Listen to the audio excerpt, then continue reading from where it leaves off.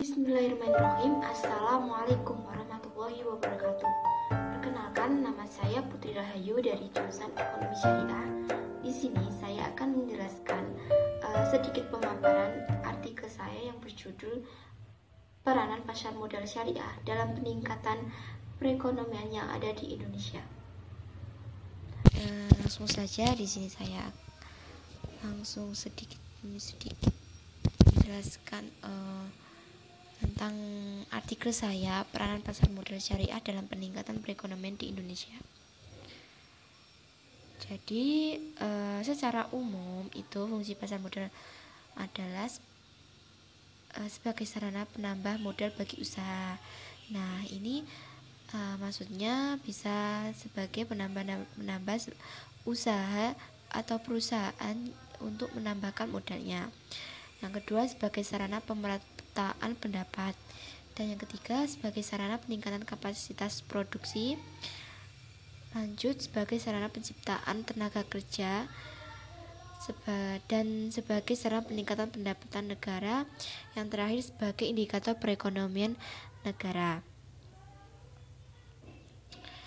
Nah, jadi menurut Undang-Undang Nomor 8 Tahun 1995 tentang pasar modal menyebutkan bahwa pasar modal adalah kegiatan yang berkaitan dengan penawaran umum dan perdagangan efek yang diterbitkannya, serta lembaga dan proses yang berkaitan efek. Pasar modal syariah merupakan kegiatan yang bersangkutan dengan penawaran umum dan perdagangan efek perusahaan publik yang berkaitan dengan efek yang diterbitkannya, serta lembaga dan profesi yang berkaitan dengan efek yang dijalankan berdasarkan prinsip syariah.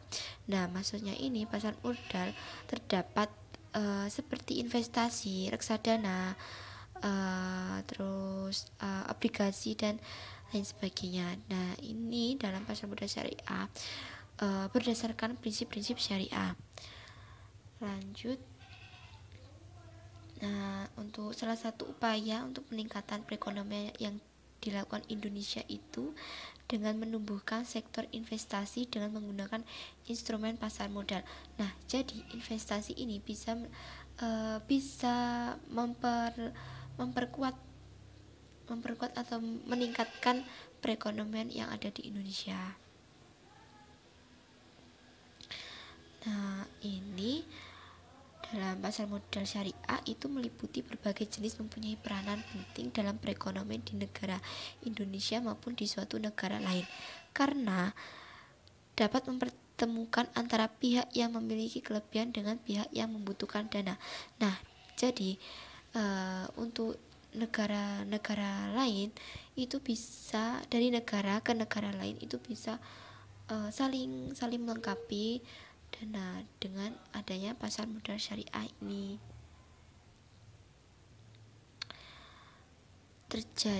Terdapat Al-Quran surat Al-Luqman ayat 34. Secara tegas Allah SWT menyatakan bahwa tiada seorang pun di alam semesta ini yang dapat mengetahui apa yang akan diperbuat, diusahakan, serta kejadian apa yang akan terjadi esok hari.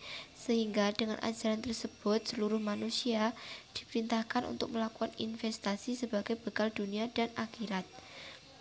Nah, artinya itu sesungguhnya Allah hanya pada sisi-sisinya sajalah pengetahuan tentang hari kiamat, dan dialah yang menurunkan hujan dan mengetahui apa yang ada dalam rahim, dan tiada seorang pun yang dapat mengetahui di bumi mana dia akan mati. Sesungguhnya Allah lah yang mengetahui lagi maha mengenal. Nah, ini adalah prinsip dari pasar modal yang saya ambil, yaitu Al-Quran surat Al-Luqman ayat 34. Kemudian Islam itu memandang harta dengan acuan akidah yang bersumber dari Al-Quran, yakni selalu mempertimbangkan kesejahteraan manusia, alam, masyarakat, dan hak milik. Islam juga mendorong manusia untuk bekerja dan meraih sebanyak-banyaknya materi. Islam membolehkan setiap manusia mengusahakan harta sebanyaknya ia mampu, mengembangkan memanfaatkan sebanyak tidak melanggar ketentuan. Nah, jadi kita itu mencari cari harta dengan sebanyak-banyaknya itu tidak apa-apa, tetapi kita perlu ingat apa tujuan kita, yang untuk apa hartanya itu nanti. Yang terpenting hartanya itu tadi tidak untuk maksiat,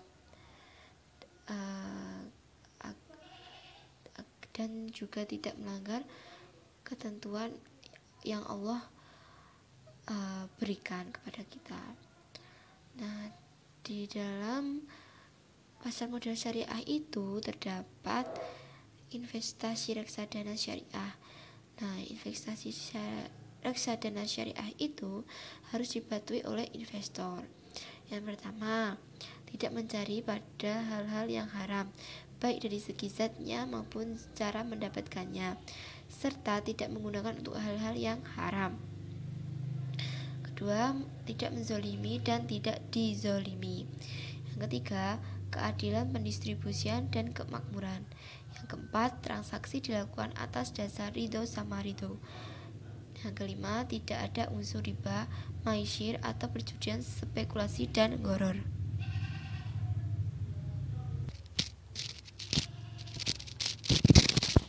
Lanjut saja materi yang selanjutnya itu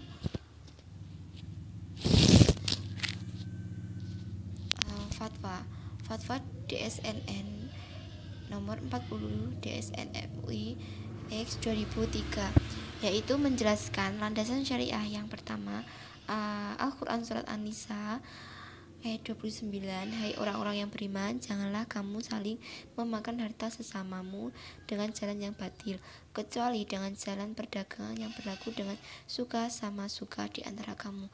Nah, jadi yang dimaksud suka sama suka itu tidak adanya paksaan dan sesuai kemauan sendiri tanpa ada paksaan. Nah, dalam rangka pengembangan pasar modal berbasis syariah di Indonesia itu sampai saat ini DSNN MUI telah menerbitkan fatwa-fatwa terkait pasar modal berbasis syariah, yaitu dalam rangka pengembangan pasar modal berbasis syariah di Indonesia sampai saat ini itu yang pertama, Fatwa Dewan Syariah Indonesia Fatwa Dewan Syariah Nasional Majelis Ulama Indonesia nomor 5 DSNN MUI _4 2000 tentang jual beli saham. Yang kedua, Fatwa Dewan Syariah Nasional Majelis Ulama Indonesia nomor 7 DSN MUI 4 _2000 tentang pembiayaan mudharabah atau qirot. Nah, undang-undang terkait pasar modal itu yang diambil Undang-Undang nomor 1 tahun 1995 tentang perseroan terbatas telah disempurnakan menjadi Undang-Undang nomor 40 tahun 2007 tentang perseroan terbatas. Nah, terlebih pasar modal juga telah berkembang dengan adanya pasar modal syariah yang menjadi bagian dari industri pasar modal Indonesia. Nah, dengan adanya pasar modal syariah ini, maka peningkatan yang ada di Indonesia perekonomiannya semakin maju. Nah, jadi adanya investasi reksadana dan obligasi itu maka mempermudah peningkatan perekonomiannya ini. Maka dari itu alasan saya mengambil artikel itu. Nah, apa sih pasar modal syariah itu? Pasar modal syariah adalah wahana peran aktif yang dapat dilakukan oleh masyarakat dengan menginvestasikan kekayaan pasif menjadi sektor produktif dalam pembangunan perekonomian. Kemudian, investasi diartikan juga sebagai suatu kegiatan ekonomi perorangan sebagai upaya dalam mempertahankan dan atau peningkatan nilai modal di masa depan, baik kekayaan yang berbentuk tunai, aset bergerak, kekayaan intelektual, dan keahlian di bidang sumber daya manusia. Nah, jadi sejak kapan sih pasar modal syariah itu muncul, yaitu pada tanggal 3 Juli 1997 yang ditandai dengan penerbitan reksadana syariah oleh PT Dana Reksa Investment Management, kemudian diresmikan oleh pemerintah pada Maret tanggal 14 2003 bersama dengan pendataan MOU antara DSN, MUI dan Bapepam LK. Nah, jadi secara signifikan pasar saham ini memberikan kontribusi terhadap pertumbuhan ekonomi. Hal ini terbukti dalam semua proksi untuk indikator pembangunan keuangan, indikator individu, pengembangan pasar saham menunjukkan bahwa nilai perdagangan mempengaruhi tingkat pertumbuhan ekonomi, tetapi kapitalisasi pasar bukan cara yang benar untuk mempercepat pertumbuhan ekonomi di negara yang berkembang. Perkembangan pasar modal berpengaruh terhadap pertumbuhan ekonomi nasional.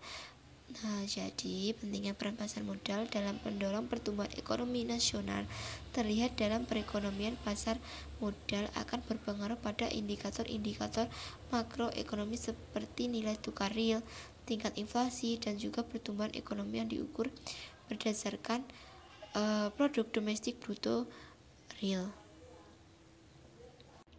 Nah, jadi berdasarkan pembahasan yang telah diuraikan dari saya, itu dapat disimpulkan bahwa Undang-Undang Pasar Modal Nomor 8 Tahun 1995 mengatur tentang pasar modal tidak membedakan antara pasar modal konvensional dan antara pasar modal syariah, sehingga pada dasarnya konsep pasar modal syariah itu merupakan konsep dasar pasar modal konvensional sebagaimana yang telah diatur oleh UPM tersebut. Hanya saja pada dasar pasar modal syariah terdapat beberapa hal yang ditekankan. Nah, yaitu mengenai kegiatan usaha, emiten, efek yang diterbitkan oleh emiten, serta mekanisme perdagangan yang dilakukan oleh investor haruslah sesuai dengan prinsip-prinsip syariah. Prinsip-prinsip syariah adalah prinsip-prinsip yang didasarkan atas ajaran-ajaran Islam yang penetapan dilakukan oleh DSN MUI melalui fatwa yang dikeluarkan. Nah, mungkin lebih jelasnya teman-teman bisa melihat artikel yang berbentuk award yang berada di GC. Nah, dengan berkembangnya pertumbuhan ekonomi saat ini sebenarnya itu tidak terlepas dari peran investasi saham syariah yang ada di dalamnya itu. Nah, pertumbuhan ekonomi itu secara sederhana dapat diukur dengan melihat nilai produk domestik bruto atau PDB. Nah, tingkat produk domestik bruto ini terus meningkat selama 11 tahun terakhir. Begitu pula dengan kapitalisasi pasar saham syariah yang cukup stabil. Dan dapat disimpulkan jika sebenarnya hubungan antara kapitalisasi pasar saham syariah dengan produk domestik bruto atau PDB ini sangat bernilai positif, namun dirasa belum sepenuhnya optimal, dan adanya faktor lain itu lebih dominan lebih mempengaruhi tingkat produk domestik bruto PDB. Pasar modal syariah bukan menjadi prioritas utama saat investor akan menanamkan dananya di pasar modal. Peningkatan pangsa saham syariah terus gencar diusahakan oleh pihak-pihak yang terlibat. Dengan gencarnya diadakan sosialisasi dan edukasi yang dilakukan kepada masyarakat luas, dan selanjutnya diharapkan jumlah investor yang berinvestasi di pasar modal syariah terus meningkat dari tahun ke tahun sehingga mampu berdampak signifikan pada pertumbuhan ekonomi di Indonesia. Jadi seperti itu pemaparan dari saya. Cukup sekian. Apabila ada salah kata, saya mohon maaf. Billahi taufiq wal hidayah. Wassalamualaikum warahmatullahi wabarakatuh.